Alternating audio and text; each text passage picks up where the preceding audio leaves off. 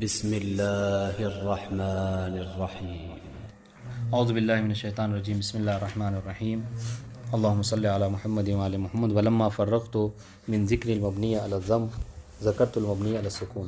کہہ رہے کہ جب میں فارغ ہوا کس سے؟ مبنی علی الضم کے ذکر سے، تو میں کس چیز کو ذکر کرنا شروع کر دیا؟ میں نے مبنی علی السکون کو، ٹھیک ہے۔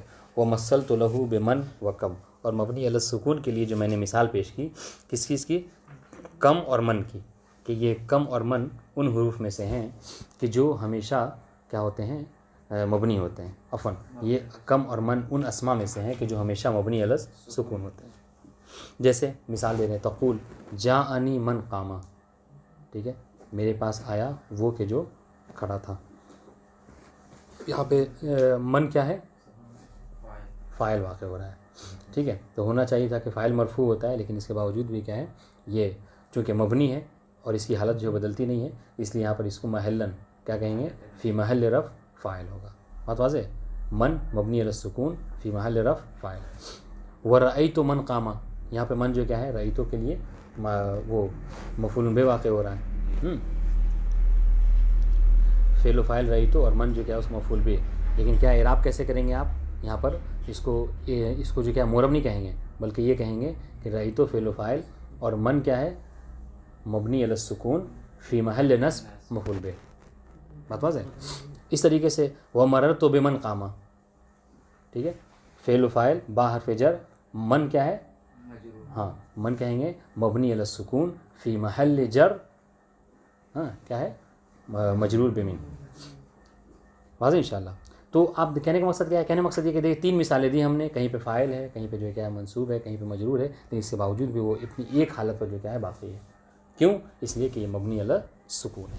فتجد، تو دیکھیے مثالیں، فتجد من ملازمۃ للسکون فی الاحوال الثلاثہ۔ آپ دیکھیں کہ تین مثال میں نے دی، کہیں پہ حالت نصب میں ہے، کہیں حالت جر میں ہے، کہیں حالت رفع میں ہے، لیکن اس کے باوجود بھی وہ تینوں حالتوں میں ایک ہی حالت پر قائم ہے، اور وہ کیا ہے؟ سکون ہے تینوں حالتوں میں۔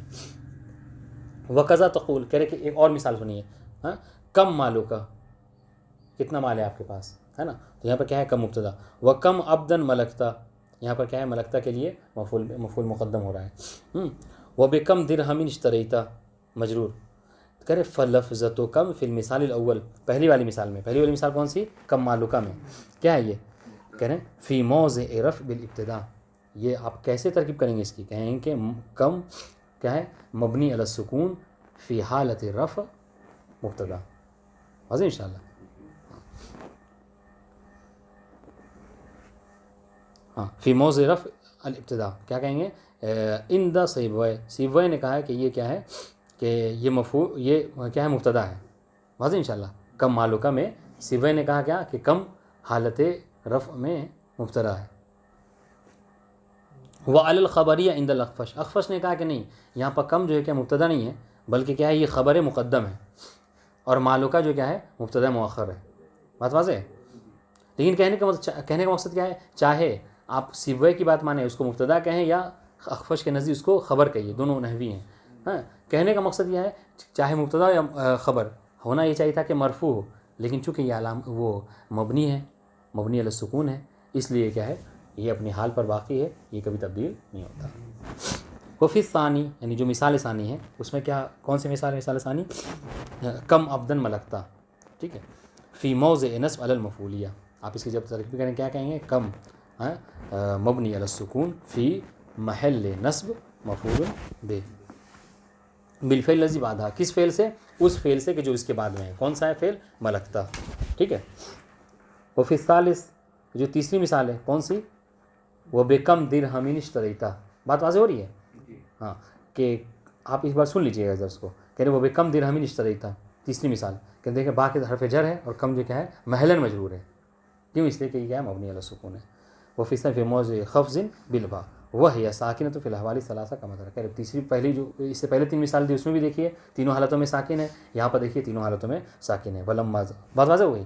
اب سنیے اس بار سمجھنے کے لیے ذرا سا اس کو پڑھیں، کسے؟ متن کو۔ متن میں انہوں نے ایک جملہ کہا تھا سب سے آخر میں، وَهُوَ أَصْلُ الْبِنَاءِ، مبنی علی السکون کی بات کی تو آخر میں کیا کہا؟ وہو اصل البنا. بس ابھی یہ جو 1.5 لائن ہم پڑھنے والے ہیں اس میں اسی کا جواب دینے والے ہیں کہ یہ جو وہو اصل البنا کیوں کہا، یعنی ہوا کیسے پلٹے گی؟ مبنی علی السکون. کہ مبنی مصنف کیا کہہ رہے ہیں کہ مبنی علی السکون کیا ہے؟ اصل بنا ہے، یعنی بنا کی اصل ہے. یہ مبنی میں اصل کیا ہے کہ مبنی علی السکون. تو یہ جملہ کہنے کی ضرورت کیوں پڑی؟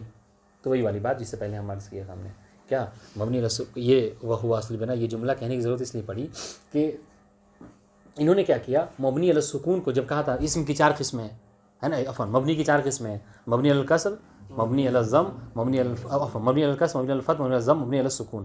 تو مبنی علی السکون کو سب سے لاسٹ میں رکھا، سمجھ رہے ہیں؟ تو بعض لوگوں کو یہ وہ ہوا کہ ان کا مبنی علی السکون کو سب سے آخر میں ذکر کرنا، اس کا مطلب یہ ہے کہ شاید ابن ہشام جو ہے وہ مبنی علی السکون کو مبنی کی اصل نہیں مانتے. اگر اصل مانتے ہو تو اس کو مقدم نہ، اصل مانتے ہو تو سب سے پہلے اس کا ذکر کرتے.